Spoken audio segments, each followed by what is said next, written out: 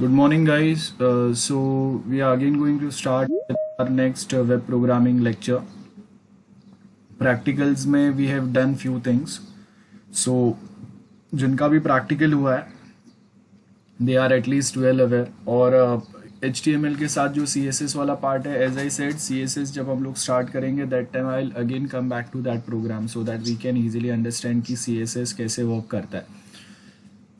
For now just remember कि हम लोग HTML पे फोकस कर रहे हैं. HTML में सारे पॉइंट्स पढ़ने के बाद में then will switch to CSS as well. So HTML CSS combine करेंगे हम लोग तब. So as I said yesterday as well कि if someone facing problem with regards to the program which we have done जहाँ पे CSS वाला part था, तो we can just skip for now. Don't get panic कि हम लोगों को समझ में नहीं आया, उसमें थोड़ा कुछ डाउट्स हो गए, बट CSS पढ़ा नहीं है. सो हम लोग जब स्टार्ट करेंगे विल वर्क ऑन दैट. और HTML में इतने थोड़ा डिटेल में पढ़ाने का मेन रीज़न ये है कि also we have complete unit which is on HTML. तो HTML के मैं आपको अलग से नोट्स दे दूंगा. और जो थियोरी पार्ट है दिस वन, इसका हम लोगों ने लास्ट टाइम पढ़ा था.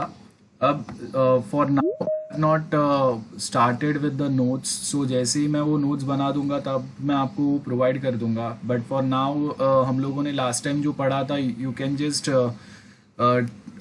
Just make your own those videos. Because अभी मेरे पास वो टाइम नहीं है. एक्चुअली TY के और सबके एग्ज़ाम्स आपको पता रहेंगे स्टार्ट हुए. So I am very much occupied with those exam work. So ये वीक छोड़ दो, नेक्स्ट वीक जो आएगा उसमें मैं आपको नोट्स प्रोवाइड कर दूंगा. ये वीक पॉसिबल नहीं होगा मेरे लिए बिल्कुल, बिकॉज बहुत सारे एग्ज़ाम्स कंडक्ट करना है. Okay, so as you can see हम लोग स्टार्ट करेंगे आज. वो इंटरनेट क्या होता है, उसके एप्लीकेशंस ये ऑलरेडी हम लोगों ने देख लिया है. बट टेक्निकली हम लोग इंटरनेट क्या होता है वो एक बार पढ़ लेंगे.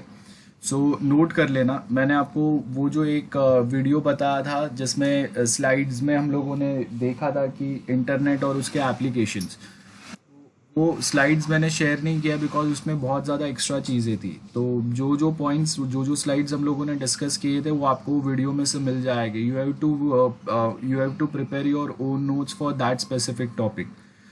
तो वहाँ से आपको वो सेम पॉइंट्स मिल जाएंगे. एप्लीकेशंस क्या होते हैं हम लोगों को पता है. अब टेक्निकली जब अगर हम लोग इंटरनेट की बात करते हैं तो यहाँ पे हम लोग के पास मेनली 3 टाइप के नेटवर्क्स होते हैं. ओके, 3 टाइप के नेटवर्क्स होते हैं, लाइक लैन, वैन एंड मैन. आई होप आपने सुना रहेगा ये वर्ड. सो हम लोग एक बार वो समझ लेंगे इंटरनेट कभी किसको बोलता है और लोकल एरिया नेटवर्क किसको बोलता है, so that you can easily understand कि हम लोग क्या पॉइंट पे बात कर रहे हैं. तो सपोज हम लोग यहाँ पे अगर लैन, मैन, वैन नेटवर्क,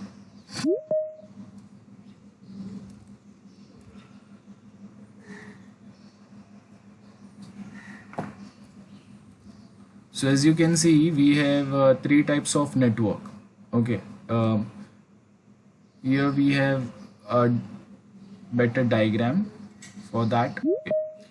अब यहाँ पे ध्यान से सुनो. मेरा स्क्रीन विजिबल है ना सबको? Everyone, my screen is visible right? No, sir. Yes, sir. Yes, हाँ, ओके. मैंने Yes, sir, it is visible. Okay okay. So देखो, फर्स्ट हम लोग के पास लैन नेटवर्क होता है. लैन मतलब लोकल एरिया नेटवर्क बोलते हैं. नोट करते जाना. We have 3 types of network. We have 3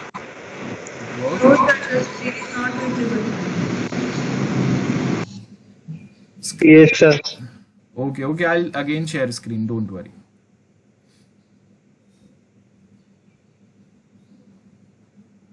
See, I'm again sharing my screen. I hope now it is visible. Because मैंने complete screen share किया है, सिर्फ ब्राउज़र या ऐसा नहीं है. तो मैं जो भी मेरे स्क्रीन पे जो भी है सब विजिबल है अभी. सो अगर आपको स्क्रीन विजिबल नहीं हो रहा है अभी भी, then you just have to reconnect your system. तो आप करके एक बार वापस लॉग इन कर लो. If you can't see my screen then just log out and log in again.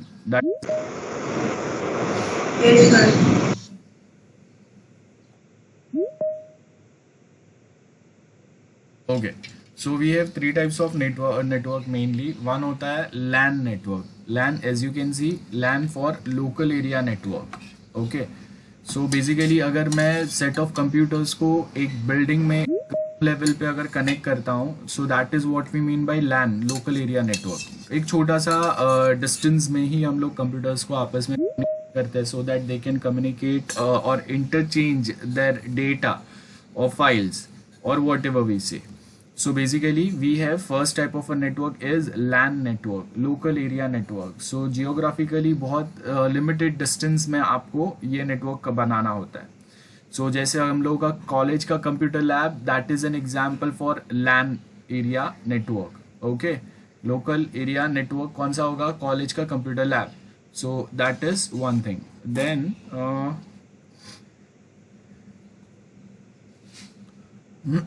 Note करते जाना. LAN comes at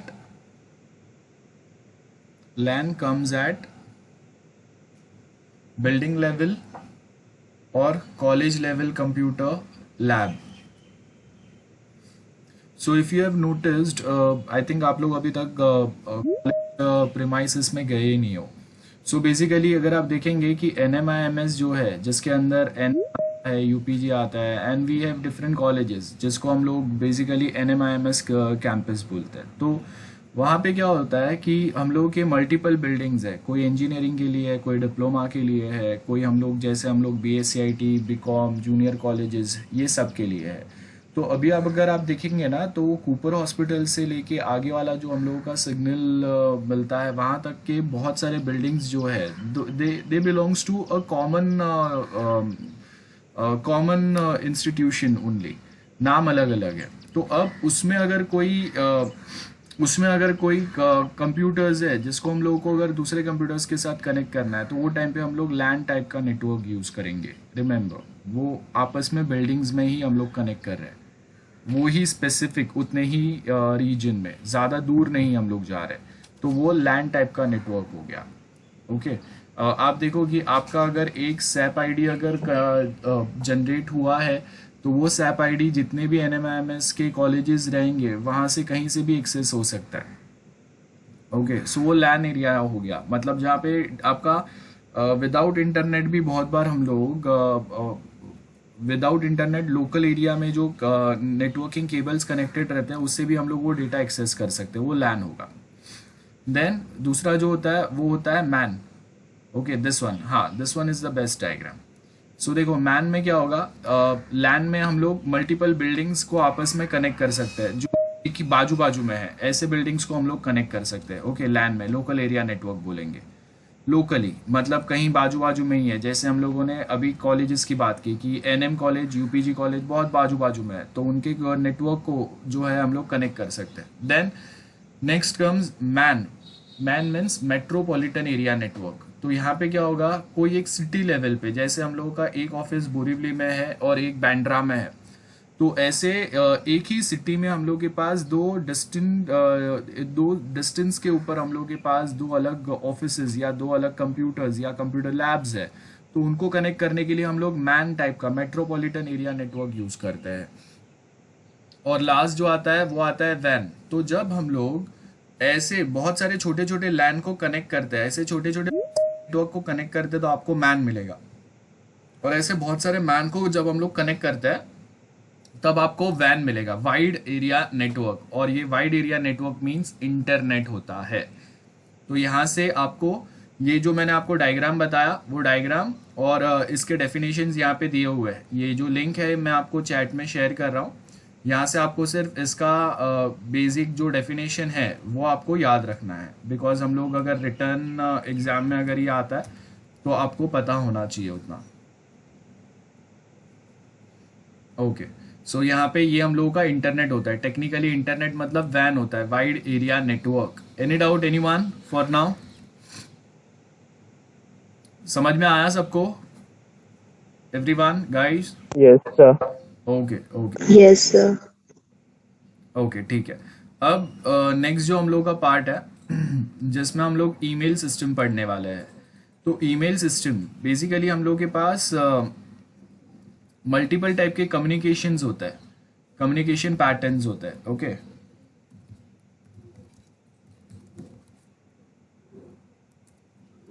और वो कम्युनिकेशन सिस्टम आर्किटेक्चर कैसे वर्क करता है वो समझते हैं हम लोग, और उसके बेस अगर वो समझ में आ गया तो इजीली हम लोग को ईमेल सिस्टम भी समझ में आएगा। ओके, फर्स्ट थिंग हम लोग को एक पैटर्न पता है आपको।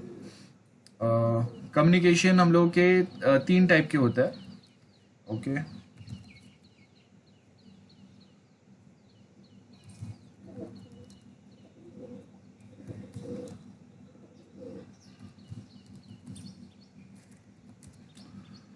सो देखो यहाँ पे हम लोग के पास तीन टाइप के कम्युनिकेशन होता है, ये याद रखना है आपको।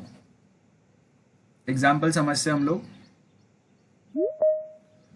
नोट करना, तो आपको पता चलेगा कि हम लोग जब अगर ईमेल की बात कर रहे हैं तो ईमेल में कौन से टाइप का कम्युनिकेशन हो रहा है, और उसके बेस के ऊपर ईमेल आर्किटेक्चर क्यों यूज़ करते हैं हम लोग, या वो यूज़ करना चाहिए नहीं करना चाहिए, वो सब बेसिक्स आपको समझ में आएगा। ठीक है, सो नोट करना सबसे पहले, we have three types of communication. We have three types of communication.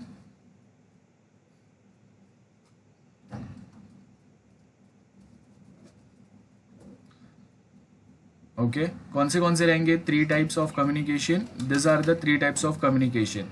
First होता है simplex mode. Okay, first is simplex mode of transmission.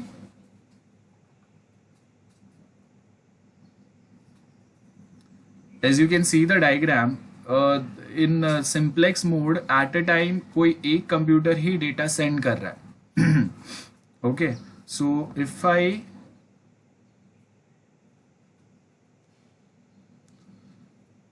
सो देखो सिंप्लेक्स में क्या बोला है, data can send but can not receive. Okay, so जो send कर रहा है, suppose this is a server, तो server can send the data but server can not receive the data, ये सिंप्लेक्स मोड होता है। सो सिंप्लेक्स मोड में क्या होगा, in which data can send but can not receive. In this mode transmission, a sender can send data or the information but it cannot receive at that time. तो अगर ये अभी data send कर रहा है तो ये जो पर्सन है ये इसको रिसीव करेगा, ये टाइम पे ये डेटा सेंड नहीं कर सकता, तो वन वे कम्युनिकेशन होगा, या उसको हम लोग यूनिडायरेक्शनल कम्युनिकेशन बोलते हैं। ये सिंप्लेक्स हो गया, इतना आपको नोट करके रखना है। ओके, एग्जाम्पल्स आपको दिए, जैसे टेलीविजन है, रेडियोज है। तो आप देखो टेलीविजन एट अ टाइम आपको कोई एक चैनल ही आता है, एक साथ दो चैनल्स नहीं आएंगे। आप जो नंबर प्रेस करेंगे वही नंबर पे जो कंटेंट रहेंगे वही आपको डिस्प्ले होंगे। Then next we have is half duplex kind of a communication. Half duplex kind of communication में क्या होगा, डेटा और information can not be send और receive simultaneously, means you can only send but you will not able to receive data at same time.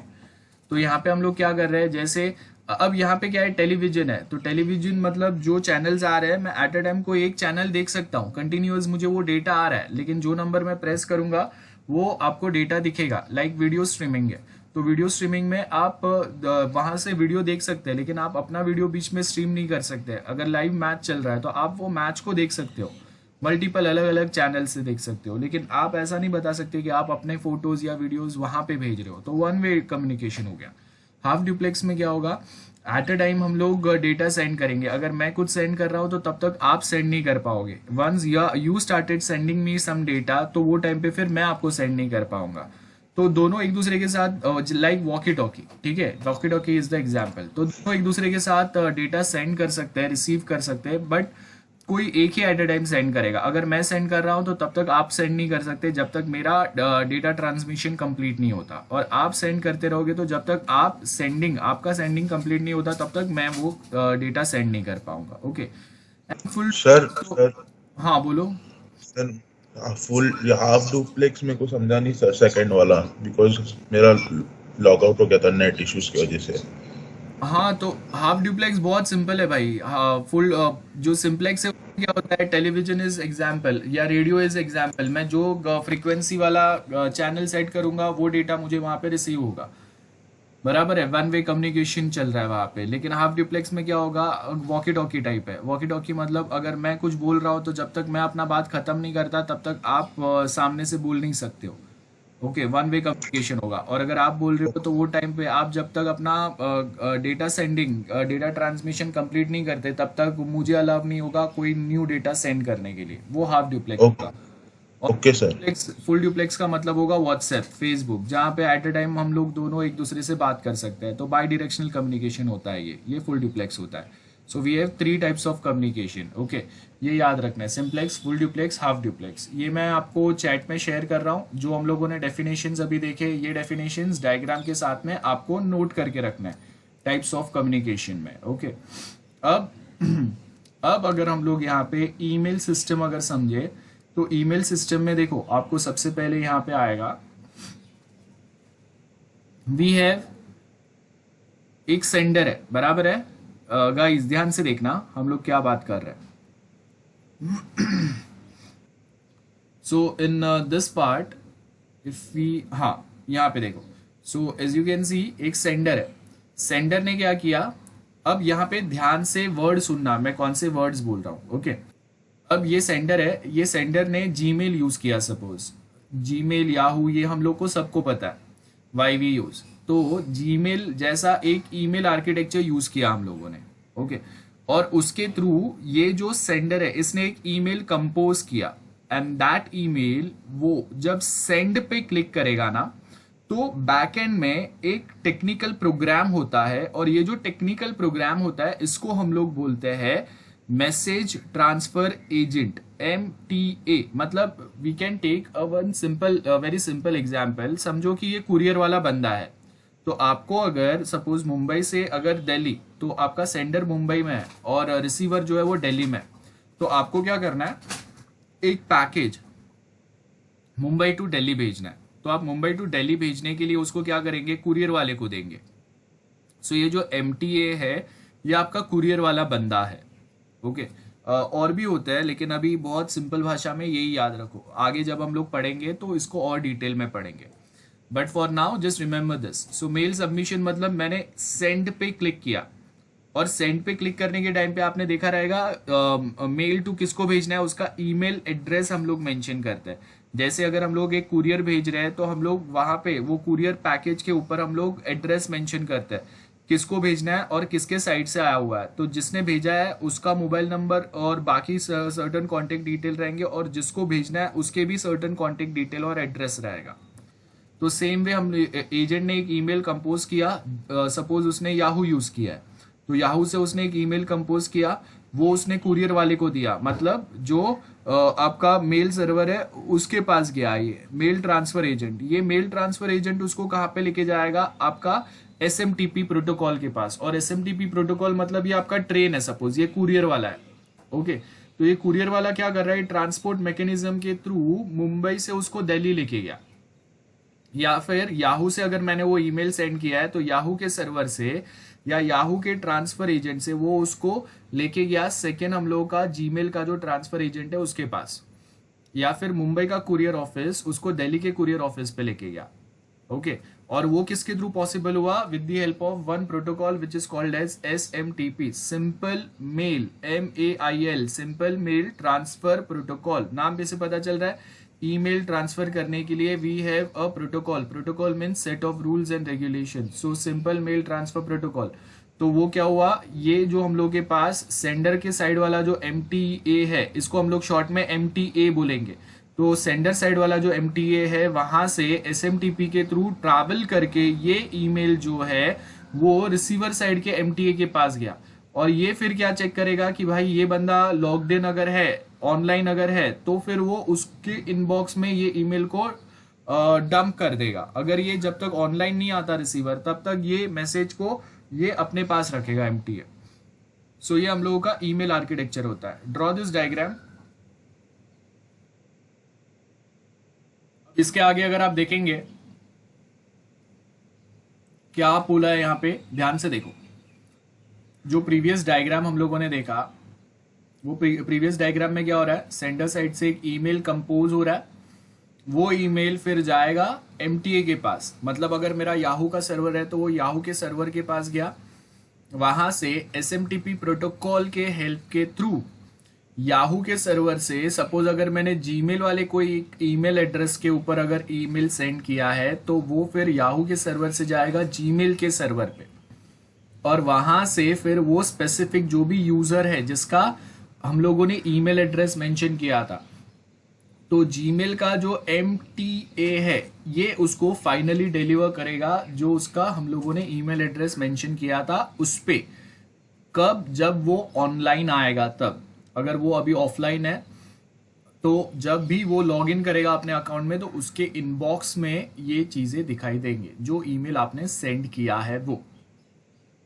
Okay, अब यहाँ पे simple है, mail from XYZ कोई तो एक ईमेल एड्रेस है, रिसीव किसको करना है, रिसीव है ये उसका ईमेल एड्रेस है।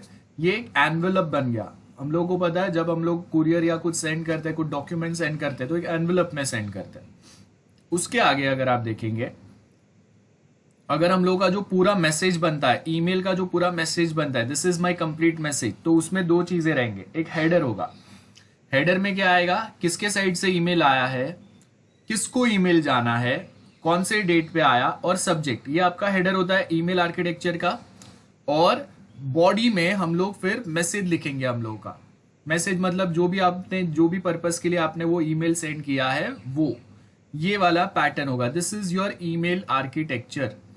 स्टार्टिंग में एनवेलप का ऊपर वाला पार्ट है जहां पे सेंडर और रिसीवर दोनों के ईमेल एड्रेसेस मेंशन रहेंगे, बराबर है। ये एनवेलप का टॉप साइड है। देन वो जो एनवेलप होगा उसमें हम लोग डेट मेंशन होगा। ये डेट ऑटोमेटिकली बहुत बार खुद से मेंशन हो जाता है, आप जब सेंड करते हैं तो सिस्टम डेट कैच होता है यहाँ पे। तो अगर मैंने अभी, अगर मैं ईमेल अगर सेंड कर रहा हूं तो अभी का सिस्टम डेट और टाइम क्या है वो ऑटोमेटिक कैच करके वहां पे मेंशन होता है। सब्जेक्ट हम लोग मेंशन करते हैं, हर किसी ने एक बार तो ईमेल सेंड किया है। और उसके बाद बॉडी वाला जो पार्ट होता है, इसके अंदर आप फोटो, वीडियोस, PDF या दूसरे कोई अटैचमेंट्स अगर आपको सेंड करने हैं या सिंपली कुछ मैसेज लिखना है तो वो आप यहाँ पे लिखेंगे। ये आपका ईमेल आर्किटेक्चर हो गया।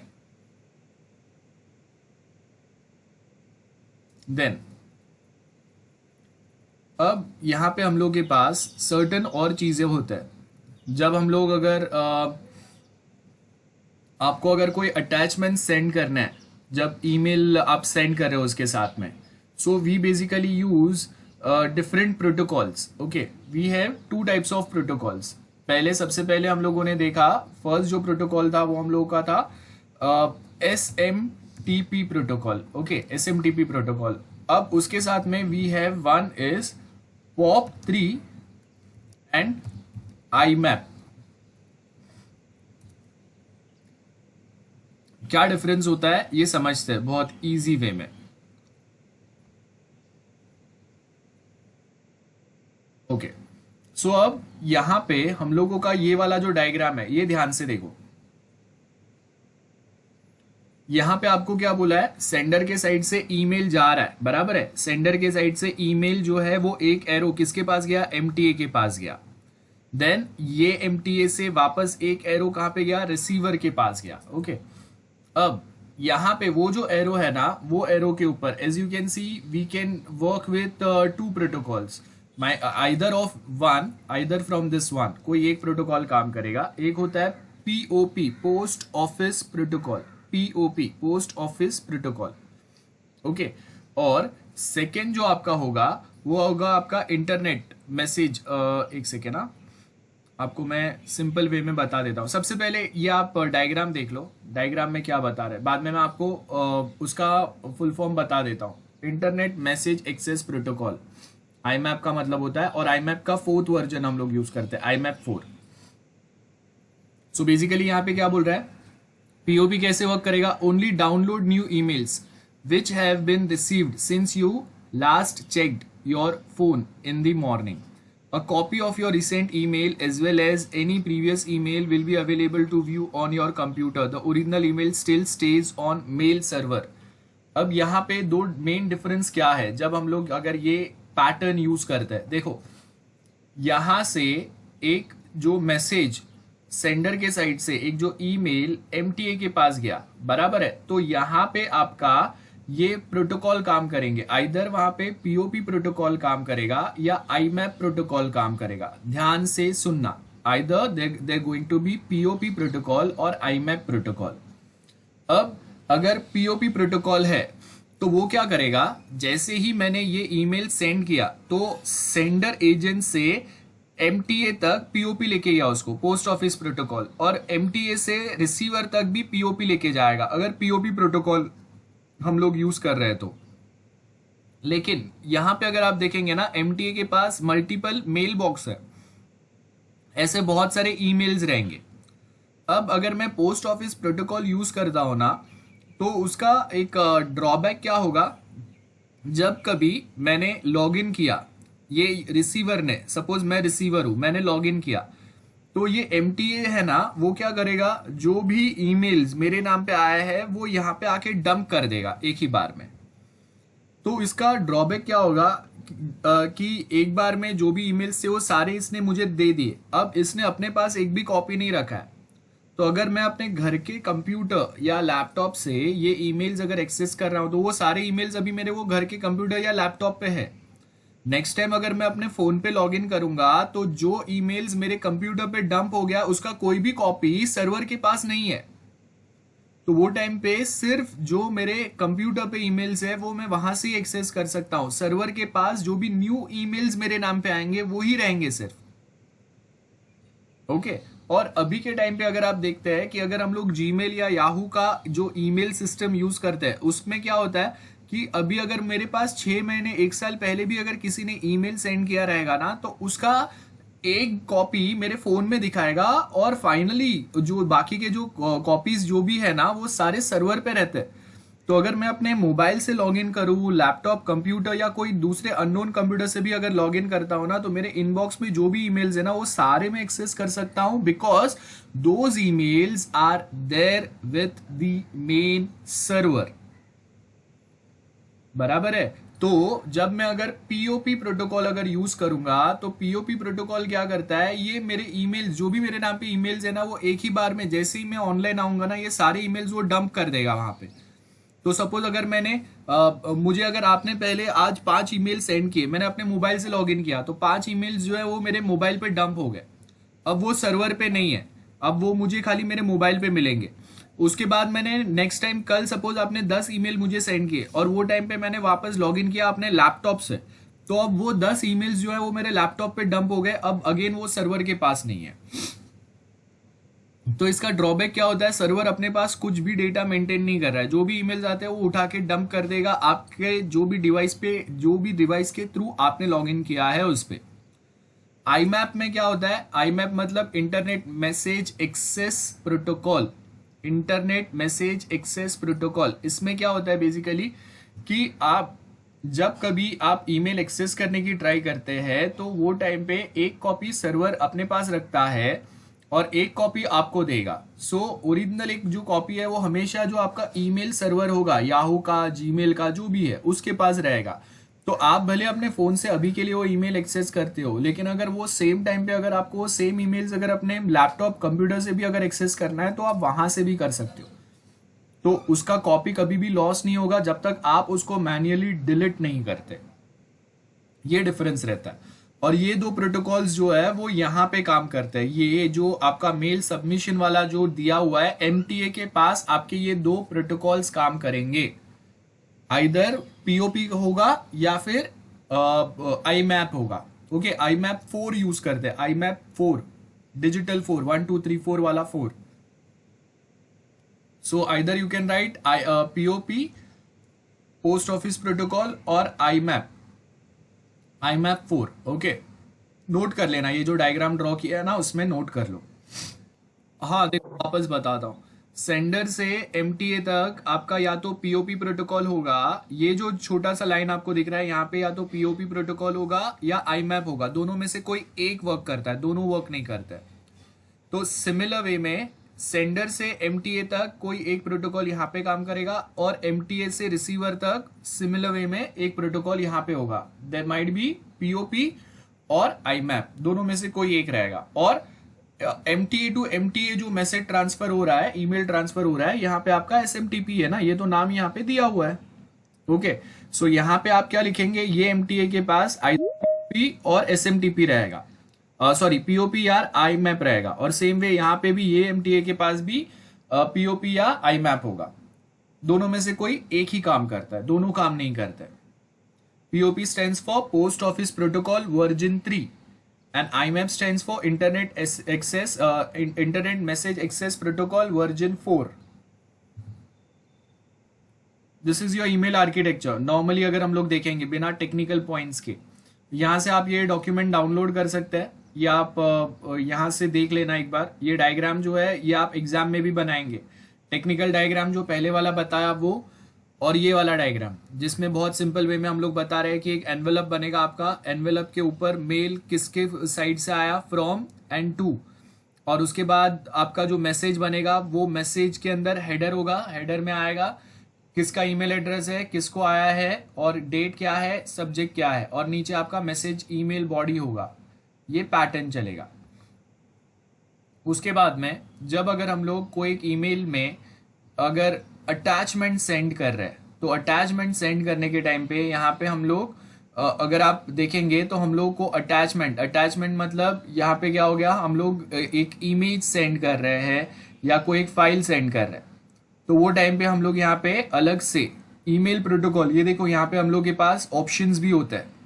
अब सिर्फ POP प्रोटोकॉल यूज करोगे, IMAP यूज करेंगे, या POP विथ SSL यूज करोगे, secure socket layer. SSL stands for secure socket layer, या IMAP के साथ आप SSL यूज करेंगे, सिक्योर सॉकेट लेयर। अब सिक्योर मतलब नाम पे से पता चल रहा है सिक्योरली आपका मैसेज ट्रांसफर होगा। SSL एक एडेड सिक्योरिटी लेयर अप्लाई होगा यहाँ पे, इसके लिए हम लोग SSL यूज करते हैं।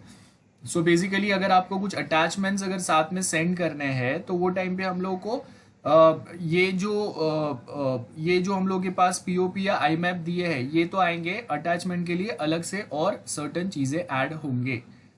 ओके और ये जो पैटर्न है इसको हम लोग क्या बोलते हैं, the interface of email attachment retrieval system, जहां से हम लोग क्या करेंगे, सर्टेन अटैचमेंट जो है वो हम लोग यहाँ पे साथ में सेंड करते जाएंगे। ओके SSL लिखते जाना, SSL भी हम लोग साथ में यूज करते हैं। SSL stands for secure socket layer. SSL stands for secure socket layer. SSL stands for secure socket layer. Socket SOCKET socket.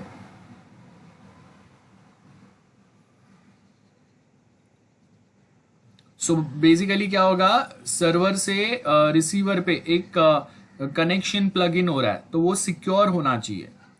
तो वो जैसे अगर मैं अपने लैपटॉप को अगर चार्जिंग पे रखता हूँ तो जो हम लोगों का सॉकेट होता है वहां पे मैं उसका प्लग कनेक्ट करता हूँ, प्लग इन करता हूँ उसको, बराबर है। और वो चार्जर का दूसरा एंड जो है वो मेरे लैपटॉप में प्लग इन होगा। अब उसके बाद जब अगर ये सिक्योर रहेगा ना तो ही मेरा लैपटॉप ढंग से चार्ज होगा, अदरवाइज मेरा लैपटॉप का बैटरी उड़ भी सकता है ना, डैमेज हो सकता है मेरे लैपटॉप को, या सिमिलर वे में फोन को, अगर वो सिक्योर कनेक्शन नहीं होगा तो।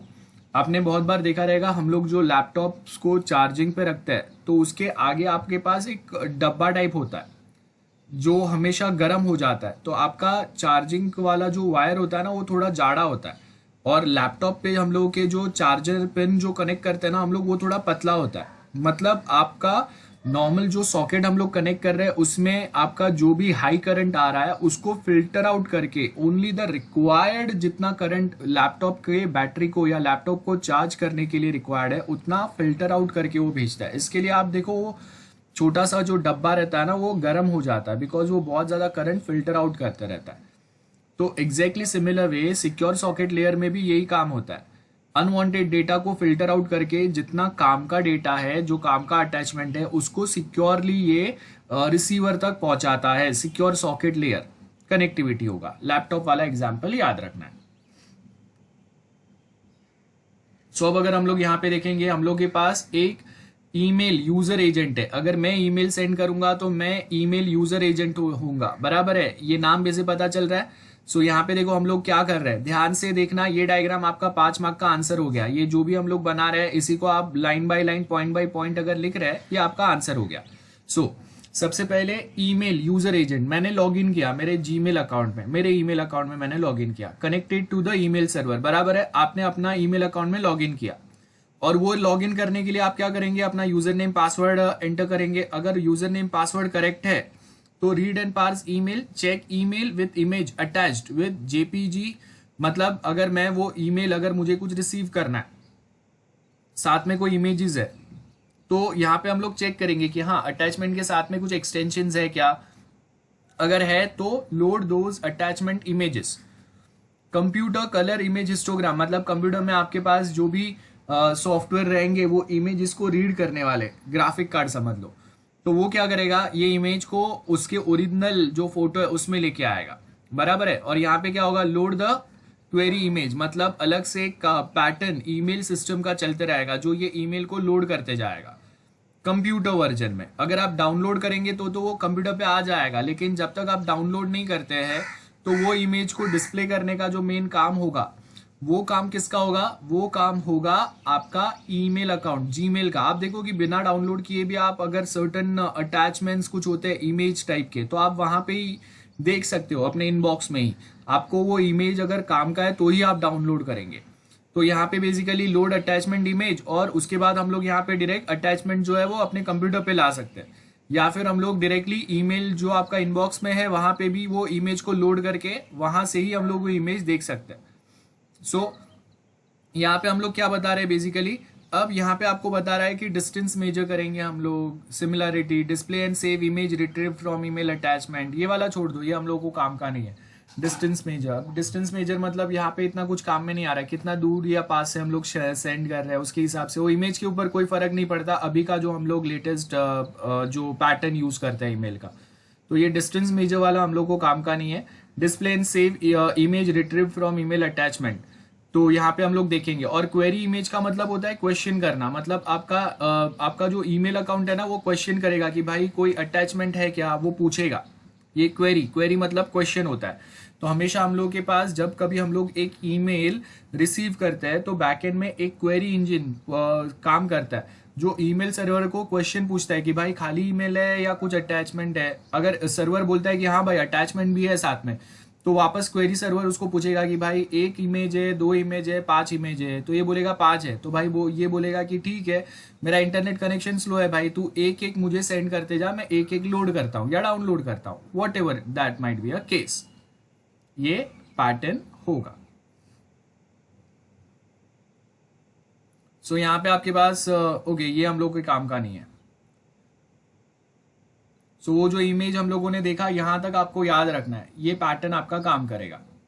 ओके, अब कुछ डाउट है तो पूछो। ओके बता देता हूं मैं, एक्चुअली है ना मेरे पास कोई पेन या कुछ नहीं है, मैं आपको ड्रॉ करके बता देता हूं, मतलब मैं डायग्राम बताता हूं, आप अपने हिसाब से ड्रॉ करते जाना। ओके ध्यान से देखना एवरीवन। मैं यहाँ पे एक सिस्टम बताता हूँ। तो सबसे पहले मेरे पास यूजर है, ओके यूजर है। अब ये जो यूजर है सपोज ये जीमेल यूज कर रहा है, ओके इसका जीमेल का अकाउंट है, इसको हम लोग बोलेंगे मेल यूजर एजेंट। ओके इसके बाद सेकेंड स्टेप पे अब आप क्या है ना नीचे नीचे एरो बनाते जाना। ओके तो आपको बेसिकली डायग्राम सिंपल वे में स्टेप बाय स्टेप समझ में आएगा। मेल यूजर एजेंट है, इसने ईमेल कंपोज किया, ईमेल कंपोज करके अब देखो आपको डिटेल में मैं बता रहा हूं, ध्यान से सुनना। ईमेल कंपोज करके जब मैं सेंड पे क्लिक करूंगा तो वहां पे एक मेल डिलीवरी एजेंट होगा जिसको हम लोग बोलते हैं MDA, ये होगा MUA। ओके अब ये जो है ना इसके पास मेनली POP3 और IMAP4 काम करेंगे, ये उठा के फिर देंगे मेल ट्रांसफर एजेंट को, दैट इज MTA। ध्यान से सुनो, मैं आपको एक सीक्वेंस वापस बता देता हूं, ये एक पॉइंट मिसिंग था, धीरे धीरे मैं उसमें चीजें ऐड कर रहा हूं, एक साथ हम लोग समझेंगे तो समझ में नहीं आएगा ईमेल सिस्टम कैसे वर्क करता है। देन हम लोग के पास SMTP प्रोटोकॉल आता है। ये SMTP प्रोटोकॉल कहां से कहां तक काम करेगा, SMTP MTA टू MTA काम करेगा। ओके, तो मतलब ये हम लोग के पास दूसरा MTA है,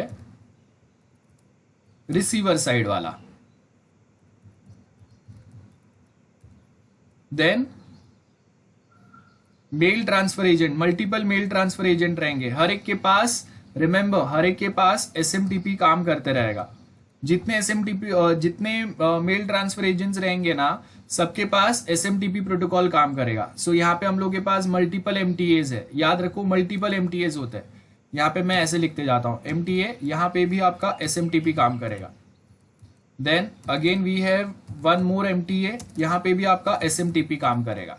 ऐसे यहाँ पे और एक हम लोग के पास MTA है, यहाँ पे भी SMTP प्रोटोकॉल काम करेगा। और देन लास्ट में हम लोग के पास वापस आएगा मेल डिलीवरी एजेंट, ये आपका होगा रिसीवर साइड वाला।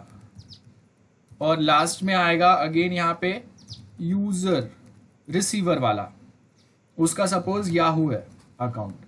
और यहाँ पे हम लोग का आएगा MUA मेल यूजर एजेंट। अब सीक्वेंस बताता हूं, ध्यान से देखो, और उसके साथ और सर्टेन पॉइंट बता रहा हूं।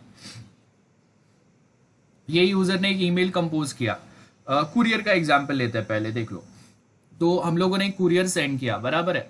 तो हम लोगों ने ये कुरियर जब सेंड किया तो वो टाइम पे वो कुरियर के लिए मैंने एक जो मेरा पैकेज है वो मैंने पैकेज को पैक किया, बराबर है। तो मैं मेल यूजर एजेंट हूं, मतलब मेरा वो कुरियर है, मैंने वो कुरियर वाले बंदे को बुला के उसको हैंड ओवर किया। तो ये जो मेल डिलीवरी एजेंट है, मतलब सपोज हम लोगों का लोकल कुरियर ऑफिस मेरे एरिया का जो है, वो पैकेज को लेके अपने ऑफिस में गया। अब वहां से सपोज अगर ये पैकेज को दिल्ली भेजना है, ये पैकेज को दिल्ली भेजना है, बराबर है। तो वो एक बंदा, एक कुरियर वाला यहां से उसको दिल्ली लेके नहीं जाएगा। मुंबई वाले अलग होते हैं, दिल्ली वाले अलग होते हैं। तो MDA ने चेक किया, वेरीफाई किया, कुरियर प्रॉपर है, ऊपर डिटेल्स जो डाले वो प्रॉपर है, हेडर, एड्रेस, सेंडर, रिसीवर, बाकी सब अगर ठीक है, तो इसने उठा के एक MTA को दिया, ट्रांसफर एजेंट को, ये उसको लेके जाके रेलवे स्टेशन पे छोड़ेगा। बोरीवली में मेरा कुरियर ऑफिस है, बोरीवली अंदर एरिया में। वहां से ये वाला MTA ने क्या किया, उसको लेके जाके कहां पे छोड़ा, रेलवे स्टेशन पे। अब वहां पे दूसरा MTA होगा जो उसको ट्रेन से मुंबई टू दिल्ली लेके जाएगा। देन वहां पे तीसरा MTA आएगा जो फिर वहां से उसको ट्रेन से स्टेशन से सपोज उसको और कोई लोकेशन पे लेके गया, वहां से फिर वो दिल्ली का जो लोकल कुरियर ऑफिस है वहां पे गया। वहां से फिर एक डिलीवरी एजेंट रहेगा जो अगेन यहाँ पे कौन काम करेगा, POP 3 और IMAP 4। अब यहाँ पे आपका जो वहां का जो लोकल डिलीवरी वाला रहेगा वो अपने कुरियर ऑफिस से आपके घर तक ये कुरियर को लेके आएगा। और जैसे ही वो आपके घर तक आएगा, आपके पास MUA है, याहू का आपके पास लॉगिन ऑप्शन है, एप्लीकेशन है, वो यूज करके आप ये ईमेल को ओपन करेंगे, एक्सेस करेंगे, पढ़ेंगे, अटैचमेंट डाउनलोड करेंगे। अब ये आपका बेसिक पैटर्न होता है। MDA mail delivery agent, MUA user agent and transfer agent. एक से ज्यादा ट्रांसफर एजेंट होते हैं, MDA एक ही होता है हमेशा, जो लास्ट में काम करता है। एक स्टार्टिंग में काम करेगा और एक लास्ट में काम करेगा। MTA मल्टीपल्स होते हैं, और जितना दूर आप ईमेल को सेंड करेंगे उतने ज्यादा MTAs पिक्चर में रहेंगे, जो एक दूसरे को थोड़े थोड़े डिस्टेंस तक आगे ईमेल सेंड करते जाएंगे। ओके, ये जो मैंने बताया ये क्लियर है सबको? मैं आपको थोड़े थोड़े पॉइंट्स ऐड कराते जा रहा हूं उसमें। गाइस क्लियर है सबको? Yes sir. Okay, yes sir. सबको समझ में आ रहा है क्या बात कर रहे हैं हम लोग? एवरीवन? Yes sir. ओके, सो अब उसमें यस छोटा सा, हाँ उसमें अभी मैं एक छोटा सा पॉइंट और एक ऐड कर रहा हूं। ये सारे वर्ड्स याद रखना है आपको, फुल फॉर्म याद रखना है। MUA मेल यूजर एजेंट, मतलब जो ईमेल कंपोज कर रहा है। ओके, तो अगर मेरे पास यहाँ पे एक ईमेल है, ईमेल सिस्टम है, इनबॉक्स है मेरा। ओके, सपोज ये मेरा जीमेल अकाउंट है, तो वो जीमेल अकाउंट में ये जो ईमेल्स है ये MUA है, जहां से मैं ईमेल्स लोड करूंगा, कंपोज करूंगा, रीड करूंगा। ओके, याद रखो ये हम लोगों का, ये मेरा MUA था, MUA mail user agent. Okay, then उसके आगे यहाँ पे आपके पास आएगा MDA, मतलब जैसे ही मैंने वो ईमेल कंपोज करके सेंड पे क्लिक किया तो पोस्ट ऑफिस प्रोटोकॉल और इंटरनेट मैसेज एक्सेस प्रोटोकॉल वो ईमेल को उठा के जो सर्वर के पास भेजना है और वो कौन से साइड पे है वो डायरेक्शन वाले MTA को वो मेल हैंडओवर करेगा, और वो टाइम पे SMTP प्रोटोकॉल काम करेगा। मेल ट्रांसफर एजेंट जो ईमेल को ट्रांसफर कर रहा है वो टाइम पे SMTP प्रोटोकॉल सब साइड पे काम करेगा। Remember SMTP, simple mail transfer protocol. और फाइनली जब वो रिसीवर साइड पे पहुंचेगा तो वापस MTA ट्रांसफर एजेंट उठा के वापस किसको दे देगा, डिलीवरी बॉय को। और डिलीवरी बॉय के पास या तो दो प्रोटोकॉल्स रहेंगे, एक पॉप रहेगा या IMAP रहेगा। तो अगर पॉप है तो क्या करेगा, रिसीवर के जैसे ही लॉगिन करेगा ये सारे ईमेल उठा के डंप कर देगा, सर्वर पे एक भी कॉपी नहीं रखेगा आपने जो भी ईमेल सेंड किए। और अगर IMAP होगा तो वो क्या करेगा, एक कॉपी अपने पास रखेगा और एक कॉपी वो यूजर को बताएगा, और यूजर उसको वापस अपना जो इनबॉक्स है वहां से उसको एक्सेस करेगा। ये पैटर्न चलता है। अब इसमें अगर मैंने अटैचमेंट सेंड किया है तो SMTP प्लस MIME ये काम करेगा। अब MIME क्या होता है वो देखते हैं। इसका मैं आपको लिंक सेंड कर देता हूं। एक बार पॉप और IMAP का डिफरेंस देख लेना। ये डायग्राम आप अगर फोटोज भी सर्च करेंगे तो भी ये आएगा। तो पॉप एंड ये जो डायग्राम में आपको जो 2 पॉइंट्स दिए हैं वो आपको याद रखना है, रिमेंबर याद रखना है वो। और जो अभी वीडियो शेयर कर रहा हूं वो वीडियो एक बार देखना है आपको। रिमेंबर मैं आपको कुछ चीजें डिटेल में इसके लिए बता रहा हूं बिकॉज आगे के सेमेस्टर में जब हम लोग जाएंगे तो आपको डायरेक्टली कंप्यूटर नेटवर्क और ऐसे सब्जेक्ट्स आएंगे जिसमें आपको ये सारे प्रोटोकॉल्स यूज करने पड़ता है, पढ़ने पड़ता है। और जब हम लोग बेसिक जो सीखते हैं ना वहां पे जब हम लोग ये प्रोटोकॉल नहीं सीखते हैं तो कंप्यूटर नेटवर्क में एकदम नया लगता है, और जब एक साथ सब पढ़ना पड़ता है। तो इसके लिए मैं आपको थोड़ा थोड़ा बताते जा रहा हूं। ओके, अब इसके आगे हम लोग के पास है MIME। Okay, MIME protocol. So यहाँ पे अगर आप देखेंगे MIME कहाँ वो, एक सेकेंड देखो, MIME कैसे काम कर रहा है वो समझते हैं। ये आपके पास एक प्रोटोकॉल, ये आपके पास एक एलाइज करके कोई एक पर्सन है, बराबर है।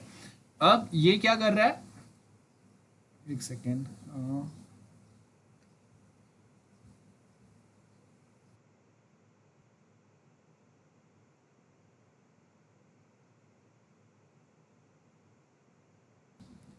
ओके देख लो ये वाला पार्ट। तो जब कभी हम लोग एक ईमेल सेंड करते हैं, सो यहाँ पे आपको क्या बोला है, देखो MIME क्या होगा, multipurpose internet mail extension supplementary protocol है।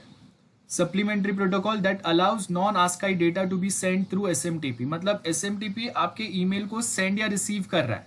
यहाँ पे हम लोगों ने जो SMTP पढ़ा ये आपका ट्रांसफर मैकेनिज्म है, ये आपका ट्रक वाला है जो डेटा को लेके जाएगा, ईमेल को लेके जाएगा एक लोकेशन से दूसरे लोकेशन पे। लेकिन अगर मुझे नॉर्मल कंप्यूटर टेक्स्ट अगर यहाँ पे सेंड करना है, कुछ नंबर्स सेंड करने हैं, सपोज मुझे एक बिल सेंड करना है सिर्फ टाइप करके, ओके, तो विदाउट अटैचमेंट जो होगा तब ये MIME काम करेगा। रिमेंबर यहाँ पे MIME तब कब काम करेगा, जब हम लोग के पास कोई अटैचमेंट नहीं है, सिंपल मैं कंप्यूटर टेक्स्ट सेंड कर रहा हूं, तब यहाँ पे MIME काम करेगा। लेकिन अगर मुझे यहाँ पे अटैचमेंट भी सेंड करना है तो फिर SMIME आएगा। रिमेंबर ये आपको याद रखना है, SMIME आएगा कब, जब हम लोग के पास यहाँ पे अटैचमेंट साथ में होगा। अगर अटैचमेंट है तो SMIME आएगा। MIME ये वाला स्लाइड याद रखना है, ओके, MIME ये स्लाइड याद रखना है स्लाइड शेयर में से। ये नोट कर लो MIME का मतलब क्या होता है गाइस, नोट कर लो एक डायग्राम कॉमन, फिर मैं आपको देता हूँ, note it down.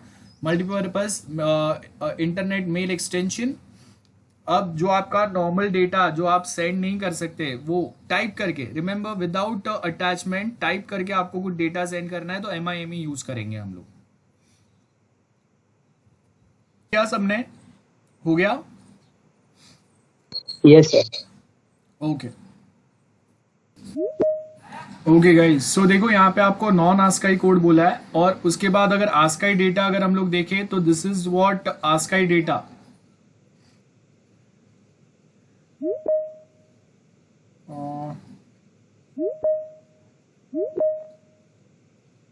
Okay, just do one thing, just note it down कि अगर वहां पे हम लोग के पास अगर अटैचमेंट सेंड करना है तो SMIME यूज करेंगे हम लोग, SMIME।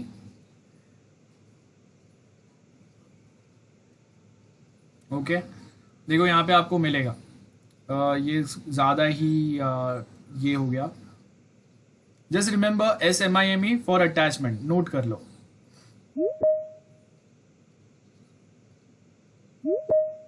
SMIME in a secure way we are trying to share our data, SMIME। बाकी का ये डिटेल में नहीं जा रहा है, बहुत बड़ा टॉपिक हो जाएगा, हम लोग को उससे लेना देना नहीं है फिलहाल के लिए। SMIME काम करेगा। सर हाँ बोलो बोलो। SMIME is just MIME with attachment, right? Security, हाँ सिक्योरिटी लिख दो वहाँ पे। तो अगर अटैचमेंट अगर हम लोग सेंड कर रहे हैं तो सिक्योरिटी करना पड़ेगा, सो वो टाइम पे हम लोग वहाँ पे SMIME यूज करेंगे।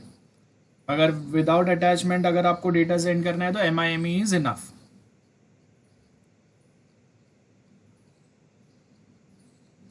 ठीक है, नोट किया सबने?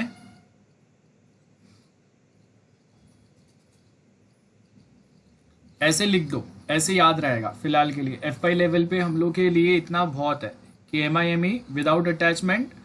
ओके, विदाउट अटैचमेंट सिर्फ सिंपल कंप्यूटर टेक्स्ट टाइप के अगर डेटा अगर सेंड करना है तो MIME यूज होगा, और अगर अटैचमेंट सेंड करना है तो SMIME आएगा। और SMIME ऐसे लिखते हैं, ओके, स्पेस दे के लिखते हैं हम लोग।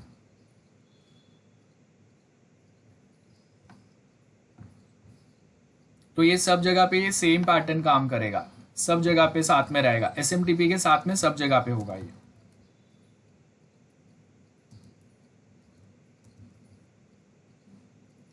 Any doubt for this? Clear है? कंसेप्ट समझ में आ गया? जीमेल से याहू पे ईमेल ये वे में आता है, ये टेक्निकल वे है ईमेल आर्किटेक्चर का।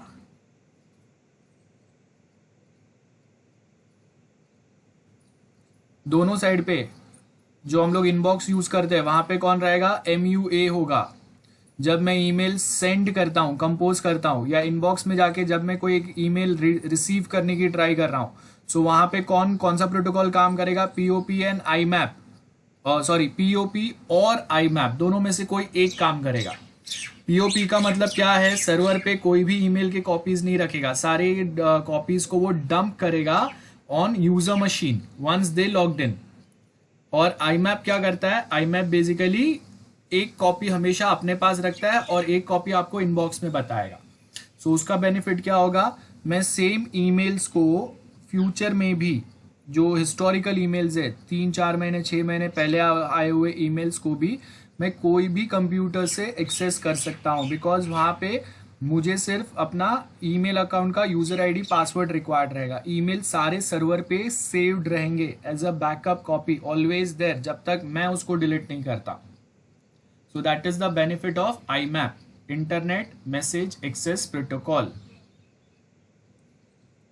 ये आपका ईमेल सिस्टम का शॉर्ट में डिटेल्स है।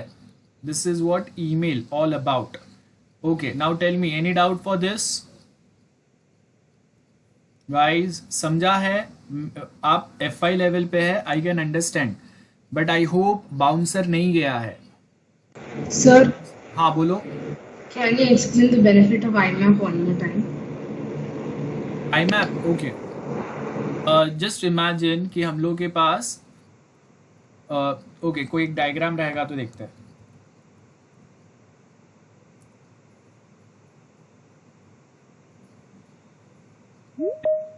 यहाँ पे क्या बता रहा है, मैंने एक ईमेल सेंड किया, तो ईमेल सेंड करने में मुझे कौन हेल्प कर रहा है, एसएमटीपी हेल्प कर रहा है, बराबर है। जब मैं रिसीव करूंगा तो ये मेरा ईमेल सर्वर है, तो ईमेल सर्वर क्या करेगा, अगर मैंने आपको 10 ईमेल सेंड किया है ना, तो उसमें से 10 ईमेल का एक एक कॉपी ये सर्वर के पास रहेगा और एक कॉपी मुझे वो इनबॉक्स में बताएगा। तो अगर मैं suppose simultaneously laptop and mobile दोनों से अगर एक्सेस कर रहा हूं ना, तो दोनों पे उसके कॉपी सर्वर से मुझे डिस्प्ले होंगे। मतलब मेरे लोकल कंप्यूटर पे कोई भी ईमेल का कॉपी सेव नहीं हो रहा है, सिर्फ वो मेरे इनबॉक्स में है। जब हम लोग पोस्ट ऑफिस प्रोटोकॉल यूज करते हैं तो वो क्या करता है, उठा के सारे ईमेल्स को डंप कर देता है ऑन आर लोकल मशीन। मतलब वो ईमेल्स अभी सर्वर पे नहीं रहेंगे, वो ईमेल्स कहाँ पे रहेंगे, वो मेरे लोकल मशीन पे रहेंगे जहां लॉगिन किया है। तो सपोज अगर मैंने लॉगिन किया है अपने कंप्यूटर से, तो सारे ईमेल्स जो भी आपने अभी अगर मुझे सेंड किए हैं मेरे लास्ट लॉगिन के बाद में, वो सारे कॉपी मेरे ये वाले लैपटॉप पे आ गए। ओके, और मैं ये सेम ईमेल्स को दूसरे कोई कंप्यूटर पे लॉग चेक करने की ट्राई करूंगा तो वहां पे वो मुझे नहीं मिलेंगे, क्योंकि वो सर्वर ने सारे कॉपीज जो लास्ट कंप्यूटर से मैंने लॉगिन किया था वहां पे डंप कर दिए। सर्वर ने एक भी कॉपी अपने पास नहीं रखा है। आईमैप में क्या होता है, मेनली सारे ईमेल्स आपके सर्वर पे सेव्ड रहते हैं और आप उसको अपने इनबॉक्स में रीड कर सकते हैं, एक्सेस कर सकते हैं, रिप्लाई कर सकते हैं, लेकिन वो हमेशा आपके सर्वर पे ही रहेंगे। आपके मशीन पे, लोकल मशीन पे वो डंप नहीं होते। अभी मेरे इनबॉक्स में 10,000 ईमेल है, लेकिन वो आपके इनबॉक्स में डंप, आपके कंप्यूटर में डंप होते हैं क्या, नहीं होता है ना, वो आपके इनबॉक्स में ही रहते हैं। तो अब वो इनबॉक्स आप अपने मोबाइल से एक्सेस करो, लैपटॉप से एक्सेस करो या कॉलेज के कोई कंप्यूटर से एक्सेस करो, वो 10,000 ईमेल आपको वहां पे ही मिलेंगे जब तक आप उसको डिलीट नहीं करते हो।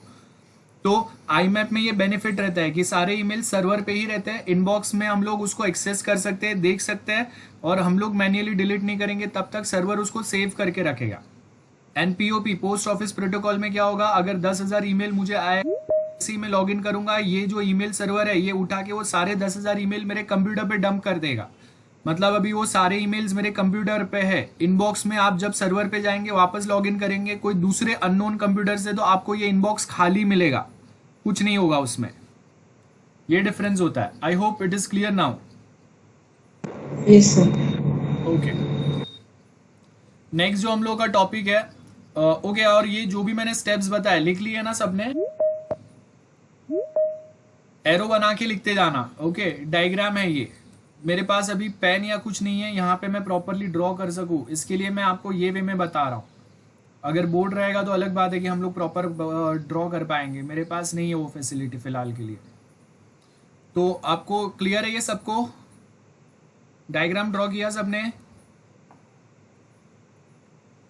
गाइस? सर हाँ, हो गया ना? सर एक डाउट था। हाँ बोलो। सर जीमेल याहू में कैसे कन्वर्ट होगा सर? अरे याहू में कहाँ कन्वर्ट हो रहा है भाई, जीमेल से मैंने एक ईमेल कंपोज करके मैं सेंड कर रहा हूँ याहू वाले ईमेल एड्रेस पे। अब जीमेल से याहू पे ईमेल नहीं सेंड कर सकते क्या? कन्वर्ट कहाँ हो रहा है, ये जीमेल से मैंने एक ईमेल सेंड किया है जो याहू वाले जीमेल आईडी पे रिसीव हो रहा है, कन्वर्ट थोड़ी हो रहा है। कन्वर्जन कहाँ पे आएगा? यस बोलो हर्ष, कन्वर्जन बोला ही। ओके सर, मत यस सर। हाँ, मैंने यहाँ पे एक ईमेल कंपोज किया मेरा जीमेल का आईडी यूज करके, और आप अपने याहू ईमेल आईडी पे उसको रिसीव कर रहे हो। That is what the concept is. But sir दोनों का सर्वर अलग अलग होगा ना? सेम भी हो सकता है, सेम भी अगर होगा तो ये सेम कंसेप्ट काम करेगा। मैं सपोज इंडिया में हूँ, यहाँ पे मैंने जो जीमेल एक्सेस किया ये इंडिया से किया है, आप ये जीमेल एक्सेस कर रहे हैं, सपोज ये यूएस से कर रहे हैं, या आप सपोज इंडिया से ही कर रहे हैं, तो भी ये सेम कंसेप्ट ही वर्क करेगा। अगर जीमेल भी हो, कंसेप्ट हमेशा सेम रहते हैं, सेम प्रोटोकॉल्स ही काम करेंगे। तो आप जब अगर रिसीव कर रहे हैं तो वो टाइम पे यहाँ पे इंटरनली काम होगा, थोड़ा फास्ट हो जाएगा। इन शॉर्ट यहाँ पे एमटीए कम हो जाएंगे, क्योंकि मैं लोकली बाजू बाजू में ही भेज रहा हूँ, ज्यादा दूर नहीं भेज रहा हूँ। तो अगर मैं आपको एक ईमेल सेंड करता हूँ जो आपको लोकली मिलना है तो बहुत जल्दी आ जाएगा, एमटीए, नंबर ऑफ एमटीएस कम हो जाएंगे, और जीमेल के सर्वर को ज़्यादा मेहनत नहीं करना पड़ेगा दूसरे किसी से बात करने के लिए, क्योंकि इंटरनली हम लोग ईमेल सेंड कर रहे हैं, तो वो टाइम पे उसका काम थोड़ा सिंपल हो जाएगा। बस थोड़ा जो भी हम लोग सेंडिंग के लिए जो रूट यूज़ कर रहे हैं वो और छोटा हो जाएगा, लेकिन आर्किटेक्चर सेम फॉलो होगा। यहाँ पे MUA है, उसने MDA को दिया, फिर अगर कुछ अटैचमेंट है तो MTA SMTP प्रोटोकॉल के थ्रू वो अटैचमेंट लेके वापस जीमेल के सर्वर पे जो आपका ईमेल एड्रेस है वहाँ पे जाएगा आपके इनबॉक्स के पास, और वहाँ पे आपको वो डिलीवर कर देगा। सेम कंसेप्ट ही काम में आएगा, अगर जीमेल रहेगा, याहू रहेगा, आउटलुक रहेगा, कोई भी रहेगा। ठीक है, अब हम लोग नेक्स्ट टॉपिक पे आते हैं, दैट इज टेलनेट।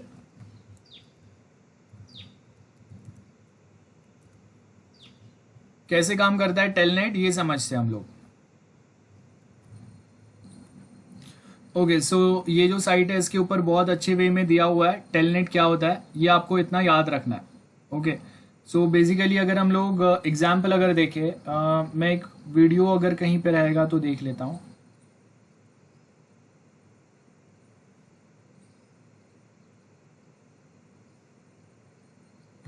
गाइस, मैं आपको एक छोटा सा वीडियो बता रहा हूँ, ध्यान से देख लो, फिर हम लोग थियरी समझते हैं। आपको ये वीडियो से इजीली टेलनेट क्या होता है समझ में आ जाएगा। Okay, so I am just starting this video now. This is the topic of this video. Now, Telnet is a terminal emulation program that is used to access remote servers. It's a simple command line tool that runs on your computer, and it'll allow you to send commands remotely to a server and administer that server just as if you were sitting in front of it. So when you connect remotely to a server using Telnet, you would just use commands with a keyboard to tell that server what to do. So you can use those commands to run programs, create folders, delete files, create files, transfer files, browse directories, start or stop services, and so on. So pretty much you can do everything even if you're 1,000 miles away from that server. And in addition to communicating with servers, Telnet is also used to manage and configure other network devices, such as routers and switches. And you can also use it to check if ports are open or closed on a server. Now, Telnet can be used with operating systems such as Windows and Mac OS, but it's largely used on Linux and Unix systems. So, as I stated before, Telnet is a command line tool. There is no graphical user interface. It's just a very simple text-oriented utility that'll run on a computer. In fact, you don't even have to have a computer to run Telnet. You can just use a simple dumb terminal. And all the commands are sent by using a keyboard. And because it only sends commands and not graphics, Telnet is very fast. Now, Telnet stands for Teletype Network, and it was developed back in 1969. And because it was developed prior to the internet,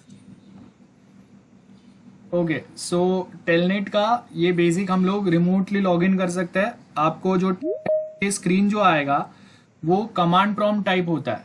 okay, CMD पे CMD है, CMD समझते हैं command prompt, this is my command prompt.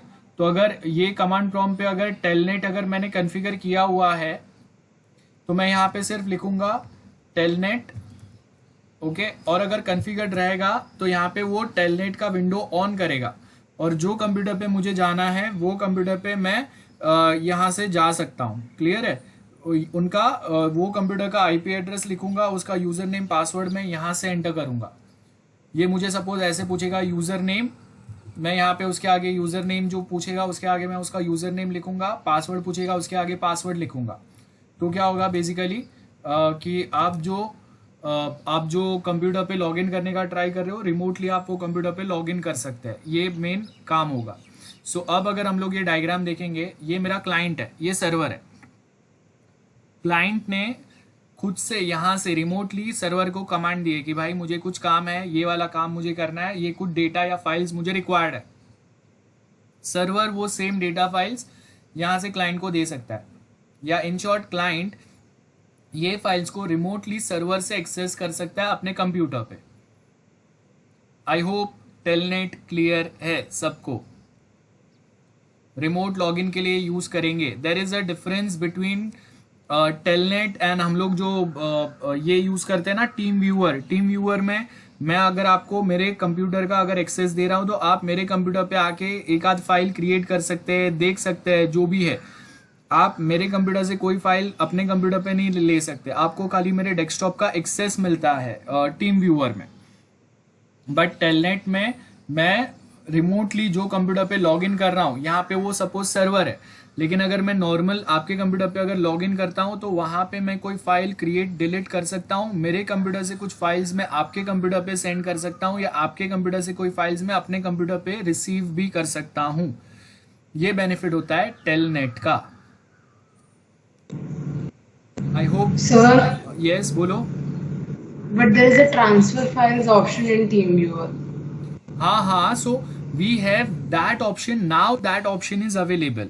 Telnet जो है ये पुराना technology है, ये है।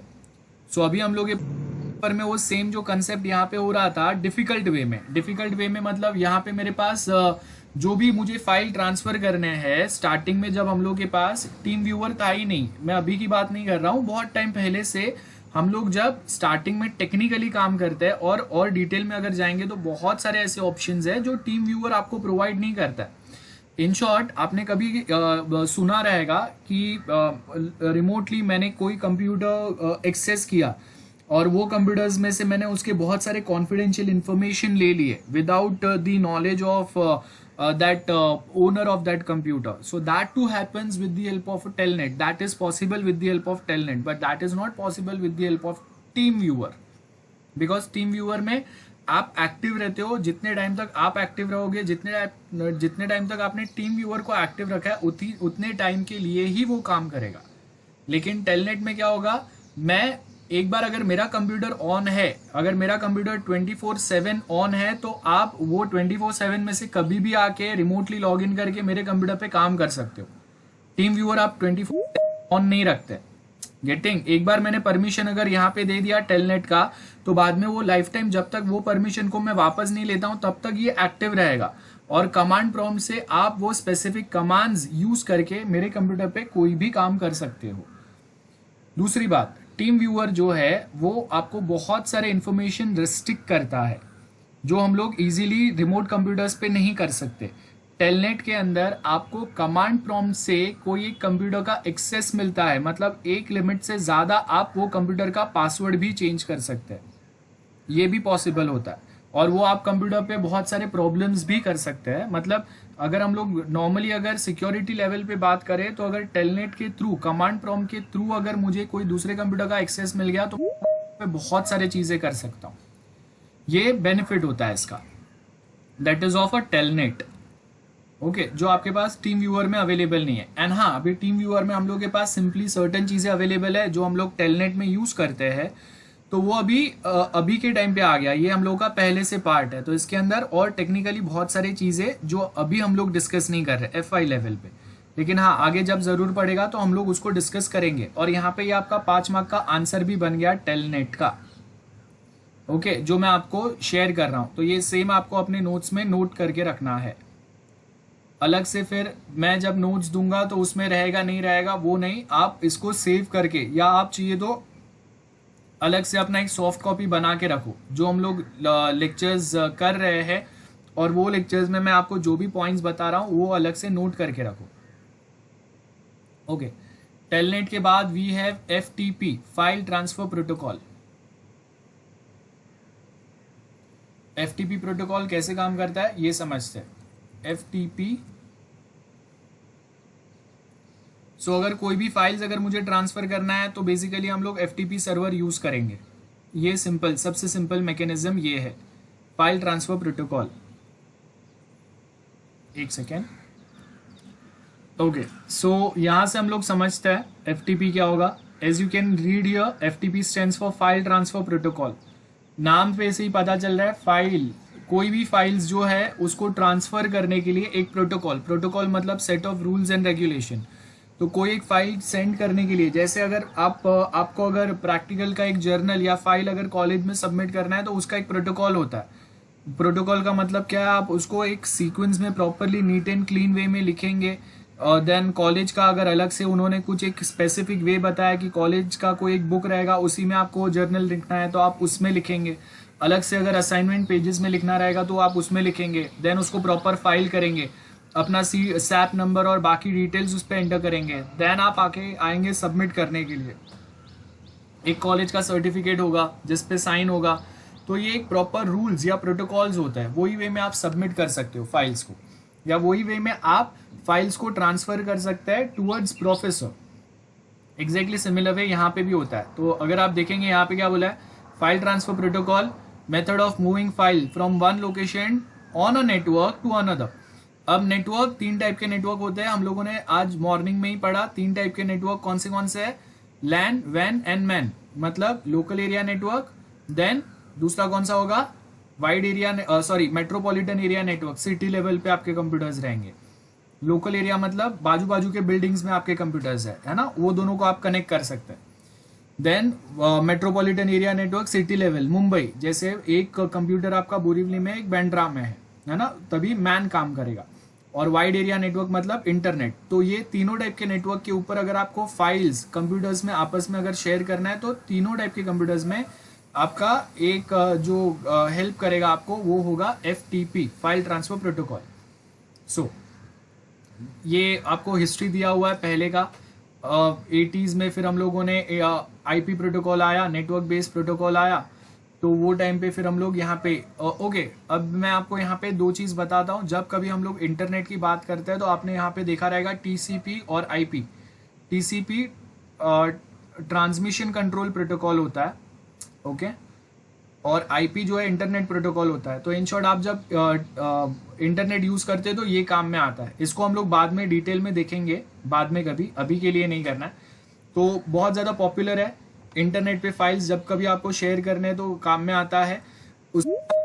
आप देखो IP क्या होता है, IP बेसिकली इंटरनेट प्रोटोकॉल होता है। इंटरनेट प्रोटोकॉल मतलब IP एड्रेस होता है। आप सबने देखा रहेगा। सपोज अगर मैं यहाँ पे कमांड प्रॉम्प्ट पे अगर जाता हूँ, ओके, कमांड प्रॉम्प्ट पे जाने के बाद में अगर मैं यहाँ पे एक सेकेंड ना,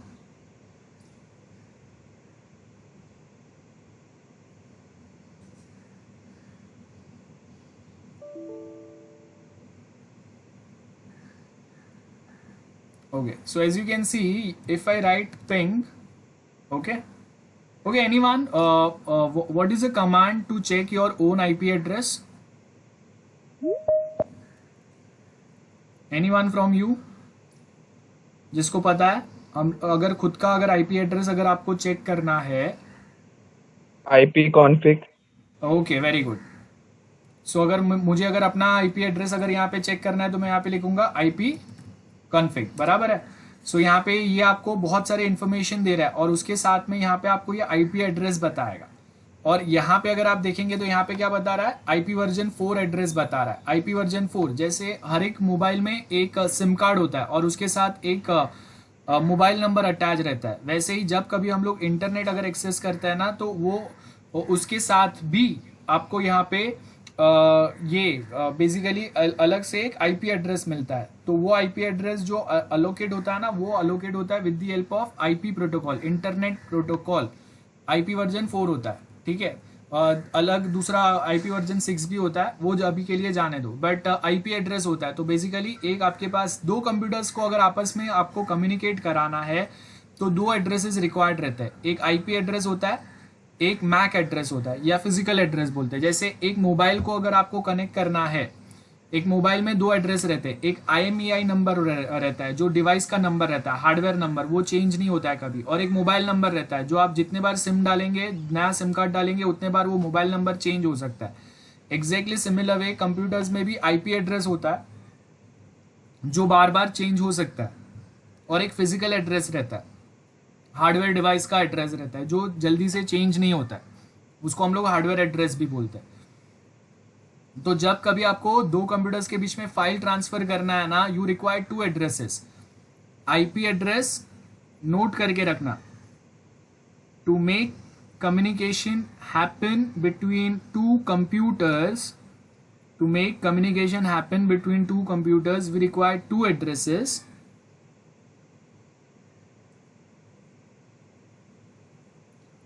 One is IP address One is IP address sir एक बार बोलो ना। to make communication happen between two computers. We require two addresses.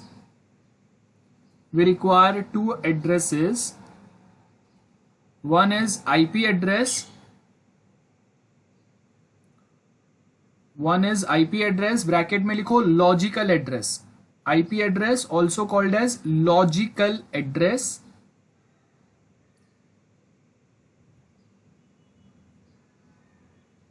And second is physical address. Physical address और हार्डवेयर एड्रेस. हार्डवेयर एड्रेस बराबर है. तो आपको IP address जो मिलेगा वो आईपी प्रोटोकॉल के थ्रू मिलेगा. ओके, सो यहाँ पे क्या बोल रहा है कि जब कभी आपको अगर फाइल सेंड करना है, जैसे अगर मुझे आप में से किसी को अगर कनेक्ट करना है, आप में से किसी के साथ अगर बात करना है, तो I required your mobile number, तभी मैं आपसे कनेक्ट हो पाऊंगा. एग्जैक्टली सिमिलर वे अगर मुझे भी कोई कंप्यूटर के पास अगर फाइल से सेंड करना है तो उसका आईपी एड्रेस मुझे पता होना चाहिए वो कंप्यूटर का. लाइक अगर मुझे सपोज मुझे फेसबुक पे अगर फाइल सेंड करना है तो मुझे यहाँ पे फेसबुक का आईपी एड्रेस पता होना चाहिए और मेरे यहाँ से वो फेसबुक कनेक्ट हो रहा है कि नहीं वो भी पता होना चाहिए. तो वो मैं यहाँ पे चेक कर सकता हूँ. देखो, this is the IP address of, यहाँ पे आपको पता चलेगा. सो यहाँ पे आपको उसका एड्रेसेस देंगे. पिंग स्टार्ट हुआ facebook.com, उसको यहाँ पे बता रहा है कि हाँ आपका जो आप जो जिसको कनेक्ट करने की ट्राई कर रहे हैं वहां पे आपने 4 पैकेट सेंड किए, 4 रिसीव हुए, लॉस 0, मतलब आप वहां पे कनेक्ट हो सकते हैं. और सर्टन उसके और डिटेल बता रहा है. अब ये डिटेल क्या बता रहा है कि आपके पास अब फेसबुक जो है वो हम लोग जैसा नॉर्मल आईपी एड्रेस यूज नहीं कर रहा है, उसका एक अलग टाइप का आईपी एड्रेस है. ओके, ये मैं आपको बाद में बताऊंगा, बट फिलहाल के लिए यहाँ से हम लोग चेक कर सकते हैं जो भी कंप्यूटर्स के अगर आपको आईपी एड्रेसेस रिक्वायर्ड है.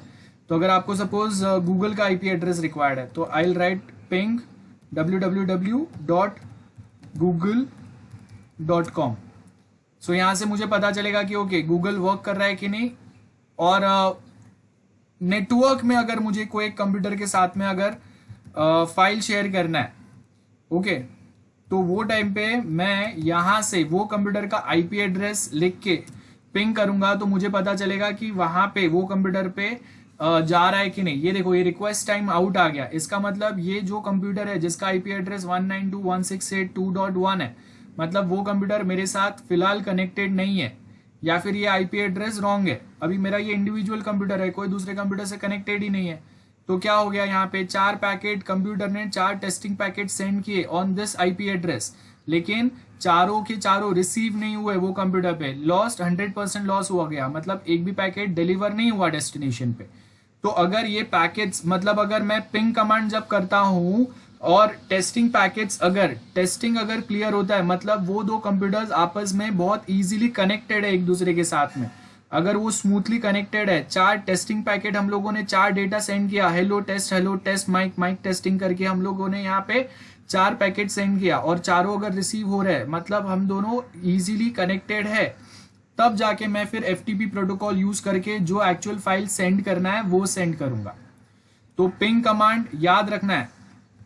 पिंग कमांड हम लोग यूज करते हैं to check whether any XYZ website is working और not at same point of time within our network.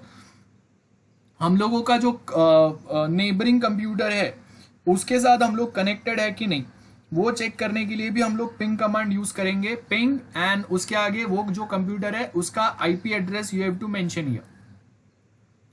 So FTP work कैसे करता है, क्लाइंट सर्वर मॉडल काम करेगा. क्लाइंट सर्वर का नाम पे से पता चल रहा है. सर्वर मतलब जो आपको सर्व करता है, सर्विस देता है.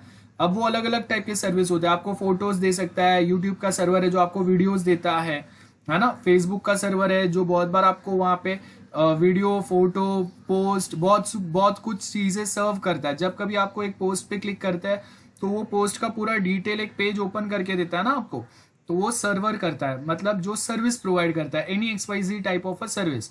कोई एक सर्वर है जो आपका यूजर नेम पासवर्ड वेरीफाई करता है, ऑथेंटिकेट कर रहा है, तो वो सर्वर बेसिकली वो सर्विस आपको प्रोवाइड कर रहा है। सो एफटीपी जो है वो ऐसे क्लाइंट सर्वर मॉडल में वर्क करता है, जहां पे आपने कोई फाइल अपलोड की है FTP client to an FTP server where they can be accessed by application और डिफरेंट क्लाइंट्स। तो मैंने सपोज एक वीडियो फाइल अपलोड किया यूट्यूब के सर्वर पे, और आप वो वीडियो एक्सेस कर रहे हो यूट्यूब के सर्वर से। तो मैंने अपलोड किया, मैंने वो फाइल ट्रांसफर किया सर्वर पे, और आप जाके वो स्पेसिफिक एड्रेस से वो फाइल एक्सेस कर सकते हो। तो वो किसके थ्रू पॉसिबल हो रहा है? With the help of FTP. So देखो यहाँ पे ये क्लाइंट है, सपोज मैंने ये जो भी वीडियो हम लोग कर रहे हैं ये मैंने रिकॉर्ड किया, ये MP4 फाइल को मैंने जो FTP सर्वर है, file transfer protocol server of YouTube, यहाँ पे अपलोड किया। उसके बाद मुझे वो जो वीडियो मैंने यहाँ पे अपलोड किया, वो जो फाइल मैंने अपलोड किया उसका एक यूट्यूब लिंक मिलेगा, वो फाइल का लिंक मिलेगा, वो मैंने आपके साथ शेयर किया। तो जब आप वो लिंक पे जाएंगे तो दैट मीन्स आपका कंप्यूटर, आपका ब्राउजर वो फाइल डिमांड कर रहा है फ्रॉम दिस FTP सर्वर, और FTP सर्वर धीरे धीरे वो वीडियो के पार्ट्स जो है, फाइल जो है वो आपको शेयर करते जाएगा। Sorry, this is how FTP server works, और वही यहाँ पे आपको दिया हुआ है। अब फाइल ट्रांसफरिंग जो है ना, वो अगर कोई कॉन्फिडेंशियल टाइप ऑफ फाइल है, इंपॉर्टेंट फाइल है, तो वो टाइम पे ट्रांसफरिंग का डेटा, वहां पे सिक्योरिटी भी आना चाहिए। तो यहाँ पे अगर आप देखेंगे हम लोग यहाँ पे एनक्रिप्शन डिक्रिप्शन करते हैं। व्हाट्सएप में आपने सुना ही रहेगा एनक्रिप्शन डिक्रिप्शन आता है, तो एनक्रिप्शन डिक्रिप्शन होता है, और उसके साथ में यहाँ पे देखो secure socket layer, secure SSL। तो जब हम लोग सिक्योरली, तो मतलब हम लोग के पास मल्टीपल वेज रहते हैं, या तो मैं SSL यूज करूंगा, अभी हम लोगों ने ईमेल वाले सिस्टम में जो देखा वो सिक्योरली, या सिक्योर शेल यूज करता हूं। टेलनेट और SSH जो है वो एग्जैक्ट सेम है, डिफरेंस कुछ भी नहीं है। The only difference between telnet, remote login वाला जो अभी हम लोगों ने प्रोटोकॉल समझा, टेलनेट और SSH में द ओनली डिफरेंस इज, जब मैं रिमोट लॉगिन पे लॉगिन करता हूं यूजिंग टेलनेट, तो यहाँ पे जैसे मैंने क्या बोला, यहाँ पे मैं क्या लिखूंगा, आई विल राइट टेलनेट, बराबर है। और उसके बाद यहाँ पे अगर वो टेलनेट मेरे कंप्यूटर पे कॉन्फ़िगर्ड है, तो यहाँ पे वो क्या ऐड करेगा, जो कंप्यूटर पे मुझे लॉगिन करना है उसका यूजर नेम मांगेगा, उसका पासवर्ड मांगेगा। और जब मैं उसका यूजर नेम और पासवर्ड अपने कंप्यूटर पे अगर एंटर करता हूँ, सपोज मैंने यहाँ पे उसका यूजर नेम एंटर किया XYZ, ओके, एंड देन मैं यहाँ पे उसका पासवर्ड आ रहा है, मुझे ऐसा लिख के आएगा पासवर्ड एंटर करो, और मैं यहाँ पे उसका पासवर्ड एंटर करूंगा 1 2 3, और फिर ये यूजर नेम एंड पासवर्ड जो कंप्यूटर का है, वो कंप्यूटर पे वो नेटवर्क से ट्रैवल होके जाएगा। तो जब वो नेटवर्क से ट्रैवल होके यूजर नेम पासवर्ड जा रहे हैं ना, तो टेलनेट में वो user name password plain text में ट्रांसफर होते हैं, प्लेन टेक्स्ट में, और SSH में ये एनक्रिप्ट होके ट्रांसफर होते हैं। आपने व्हाट्सएप में भी देखा रहेगा ना कि आपके मैसेजेस कोई दूसरा पर्सन ना पढ़ ले, इसके लिए हम लोग उसको सिक्योर वे में, नॉन रीडेबल फॉर्मेट में एनक्रिप्ट करके सेंड करते हैं। एनक्रिप्ट कैसा दिखता है? एनक्रिप्टेड टेक्स्ट, या उसको हम लोग साइफर टेक्स्ट भी बोलते हैं। ओके, ऐसे कुछ टेक्स्ट दिखते हैं, आपने देखा रहेगा बहुत बार, जिसको हम लोग पढ़ नहीं सकते इजीली। सो एनक्रिप्ट करने का मतलब ऐसे कोई टेक्स्ट में, नॉन रीडेबल टेक्स्ट में आपके मैसेज को कन्वर्ट कर दिया, और जब वो रिसीव होगा तब उसको हम लोग वापस डिक्रिप्ट करेंगे। तो ये जो सिक्योरली सेंड करने के लिए हम लोग अलग अलग सिक्योरिटी मैकेनिज्म्स यूज करते हैं। Either we can use SSL, telnet पे भी मैं रिमोटली फाइल्स रिसीव कर सकता हूं, या फिर HTTPS।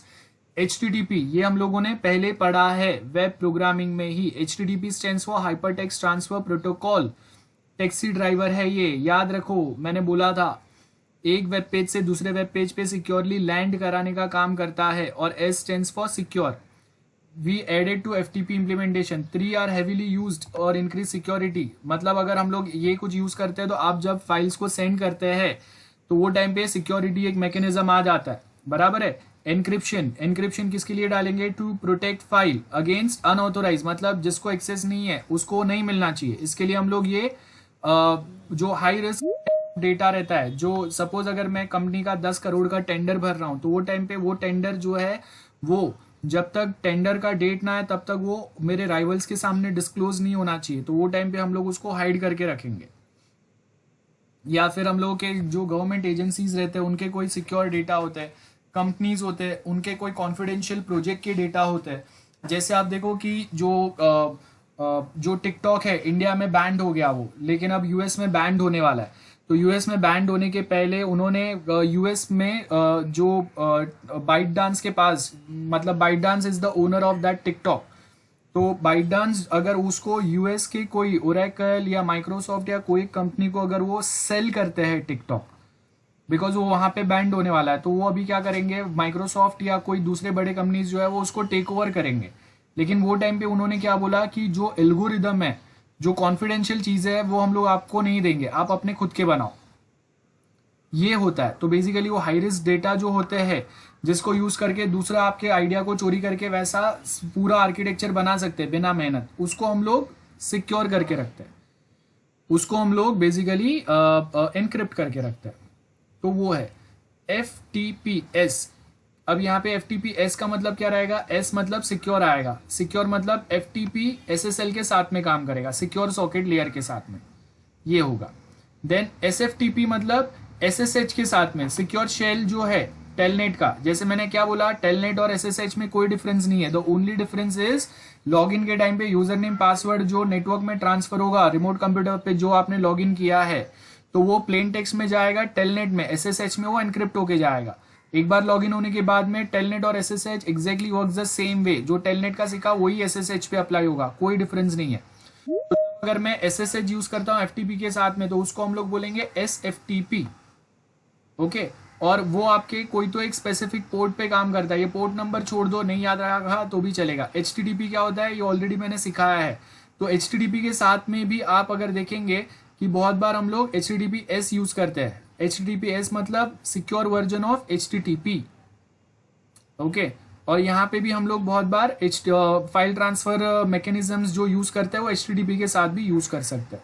सो ये आपका पूरा मैकेनिज्म है और यहाँ तक ही आपको पढ़ना है, बस आपको पढ़ना है। और ऊपर जो डायग्राम दिया वो एवरीवन ध्यान से सुनो, यहाँ तक आपको पढ़ना है। ये नीचे वाले जो पॉइंट्स है ये हम लोग के काम के नहीं है। मैं आपके लिए FTP वाला ये लिंक शेयर कर रहा हूँ, ये आपको अलग से आप चाहिए तो अलग से आप एक डॉक्यूमेंट में सेव करके रखो। और आपने अगर स्टार्टिंग का मिस किया है तो आगे के लेक्चर्स देख लो और वो लेक्चर्स में से आप जो भी नोट्स है वो बना लो। तो ये हम लोगों का FTP वाला पार्ट खत्म हो गया। ई कॉमर्स, अब टाइप ऑफ ई कॉमर्स ये वो बहुत सिंपल है। इलेक्ट्रॉनिक कॉमर्स क्या होता है सबको पता है हम लोगों को।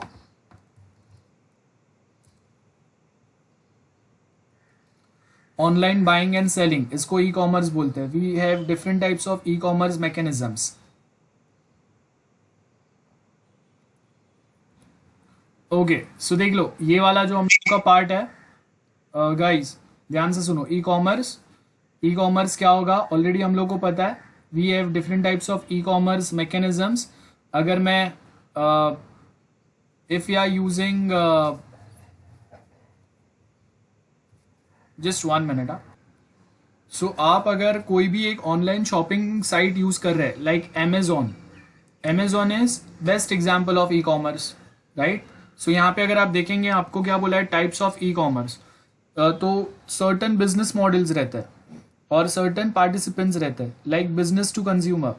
सर्टन बिजनेसेस रहते हैं जो आपको कंज्यूमर को B2C, consumer to consumer OLX, then government to consumer मतलब अगर आपको गवर्नमेंट साइड से कुछ बेनिफिट्स मिल रहे हैं, जैसे आधार कार्ड, पैन कार्ड, आप ऑनलाइन अभी उसके फॉर्म्स भर सकते हैं, वो आएगा। बिजनेस टू बिजनेस, अब बिजनेस टू बिजनेस में क्या होंगे हम लोग के सर्टेन टाइप्स हो सकते हैं जहाँ पे हम लोग बात कर रहे हैं कि एक बिजनेस दूसरे बिजनेस के साथ कनेक्ट हो सकता है। Amazon, छोटे छोटे बिजनेसेस जो है वो अपने प्रोडक्ट Amazon जैसे बड़े बिजनेस या बड़े प्लेटफॉर्म पे एडवर्टाइज करते हैं और वहां से हम लोग वो परचेस कर रहे हैं। तो Amazon में 2 टाइप के बिजनेस मॉडल आएंगे। एक बिजनेस टू कंज्यूमर आएगा, मतलब Amazon पे जाके मैं कोई प्रोडक्ट परचेस कर सकता हूं, लेकिन Amazon पे जो प्रोडक्ट आ रहे हैं वो उसके खुद के नहीं है। Amazon के ऊपर बहुत सारे छोटे छोटे बिजनेसेस है, लाइक सपोज मेरे पास क्लोथिंग का बिजनेस है तो मैं अपने क्लोथ्स को वहां पे एडवर्टाइज करूंगा। या अगर मेरे पास मोबाइल फोन्स में बेचता हूँ या लैपटॉप्स में बेचता हूँ, तो मैं अपने लैपटॉप्स को अमेजोन पे एडवर्टाइज करूंगा, बराबर है। और अमेजोन से जो करने आते हैं वो वहां से वो लैपटॉप परचेस कर सकते हैं। तो जब अमेजोन भी वो ऑर्डर करेंगे तो मैं उनको डिलीवर करूंगा with the help of with channel, with the help of Amazon channel, right. तो जो छोटे बिजनेसेस अमेजोन जैसे बड़े बिजनेस के साथ क्लब कर रहे हैं, साथ में मिलके काम कर रहे हैं, वो आपका एग्जाम्पल होगा बिजनेस टू बिजनेस। अब अगर मैं एयरटेल का एक पोस्टपेड प्लान लेता हूं, तो एयरटेल के पोस्टपेड प्लान के साथ में मुझे अमेजॉन प्राइम सब्सक्रिप्शन फ्री मिल रहा है। तो मतलब एयरटेल एक बिजनेस है, अमेजॉन प्राइम एक बिजनेस है, ये दोनों साथ में आए हैं तब जाके कोई एक सर्विस आपको बेस्ट वे में प्रोवाइड कर रहे हैं वो। सो वो B2B हो गया। Same way business to government भी हो सकता है। बिजनेस टू गवर्नमेंट मतलब गवर्नमेंट आपको अलग से कोई भी प्लेटफॉर्म दे रहा है, GST फाइलिंग या कुछ है, या फिर जो गवर्नमेंट के बड़े प्रोजेक्ट्स होते हैं, हाईवे प्रोजेक्ट्स, हाइड्रो प्रोजेक्ट्स, तो वो जो प्रोजेक्ट्स है ना, वो प्रोजेक्ट्स को हम लोग ऑनलाइन बिड कर सकते हैं। कोल माइंस है, उसके लिए हम लोग बिड कर सकते हैं। तो बिजनेसेस जो है वो यहाँ पे बिडिंग कर सकते हैं, उसके लिए भी ये बिजनेस टू गवर्नमेंट होगा। कंज्यूमर टू बिजनेस अगेन यहाँ पे आएंगे, एंड गवर्नमेंट टू बिजनेस। सो ये अगर देखेंगे आप, बहुत सारे अलग अलग टाइप है, अलग अलग एग्जाम्पल्स हम लोग देख लेंगे। अब फिजिकल गुड्स, डिजिटल गुड्स या सर्विसेज। फिजिकल गुड्स अमेजोन के ऊपर सब ये ग्रोसरी वाले हैं। देखो तो अगर ग्रोसरी वाले जो है ना, जहाँ पे मैं फिजिकल गुड्स डिमांड करता हूँ, लाइक मैं ऑनलाइन घर के जो डेली सामान है, बिस्किट्स, ब्रेड, ये वो खरीद सकता हूँ, या फिर मैं लैपटॉप, मोबाइल्स खरीद सकता हूँ, ये फिजिकल गुड्स हो गए। डिजिटल गुड्स, डिजिटल गुड्स मतलब जैसे मैंने अमेजोन प्राइम का सब्सक्रिप्शन लिया है और वहाँ पे फिर उसके अगेंस्ट मुझे वो लोग मूवी या वीडियोस या अमेजोन म्यूजिक पे मैं फ्री में जो उनके कॉपीराइटेड म्यूजिक है अच्छे अच्छे वो सुन सकता हूँ, या फिर नेटफ्लिक्स है, वो डिजिटल गुड्स हो गए, बराबर है, या सर्विसेज हो गए। तो ये जो है हम लोग के बाई गुड्स है ये। तो डिजिटल गुड्स मतलब मैं ऑनलाइन कुछ गुड्स, कोई एक सॉफ्टवेयर या वो सॉफ्टवेयर का लाइसेंस में परचेस कर रहा हूँ, वो डिजिटल गुड्स हो गए। सर्विसेज जैसे एयरटेल है, मैं उसका 4G सर्विस यूज कर रहा हूँ, तो वो सर्विसेज हो गए। तो हर एक बार जो हम लोग बिजनेस करते हैं तो वो फिजिकल गुड्स में नहीं रहते। अगर मैं मेरे पास अगर जियो का एक सिम कार्ड है तो वो मुझे सर्विस प्रोवाइड कर रहा है, उसके अगेंस्ट मैं उसको पे कर रहा हूँ। तो मैं जियो जो सर्विस प्रोवाइडर है एक्चुअली, या एयरटेल के जो सर्विस प्रोवाइडर है, मैं ऐसा नहीं है कि हम लोग कंपलसरी उनको मिलते हैं, कभी कभी मुझे वो घर पे कार्ड डिलीवर करके जा रहे हैं। तो ये सर्विसेज आपको हो रहा है, आपके डोर स्टेप पे वो कार्ड आ रहा है, आप उसको एक्सेस करो और ऑनलाइन ही आपके पेमेंट्स चलेंगे।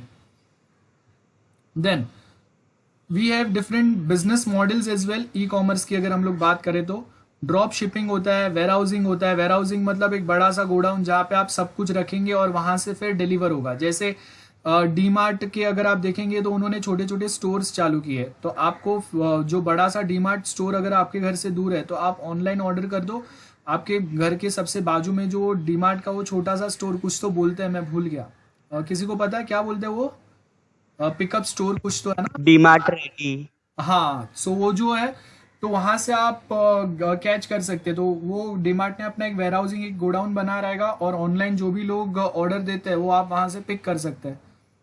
प्राइवेट लेबलिंग एंड मैन्युफैक्चरिंग, तो जैसे आप देखो कि सैमसंग जो है उसने नोएडा में अपना बिजनेस प्लान लगाया, तो वहां से वो लोग ऑन मैन्युफैक्चरिंग करके, अगर आप सैमसंग के फोन्स ऑर्डर करते हैं तो वो वहां से मैन्युफैक्चर होके आपको मिल रहा है। तो ये अलग अलग टाइप्स हैं हम लोग के पास। So types of e commerce, selling to individual customer consumers.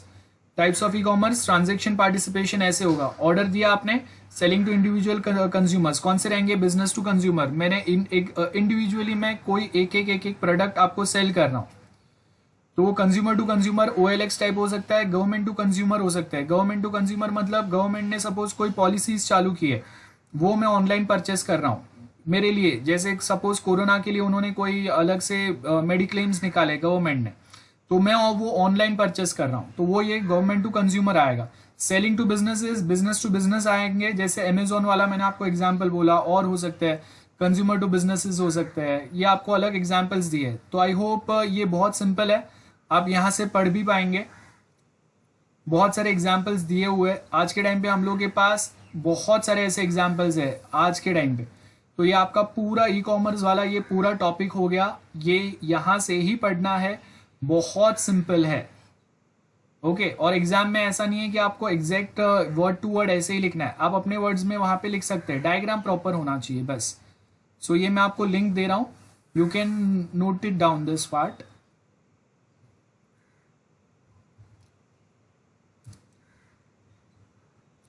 बस यहां तक रखते हैं, आज मैं और एक्स्ट्रा नहीं करा रहा हूं, जो आपको लिंक दिया आप चेक करो, कुछ डाउट्स है तो पूछो मुझे।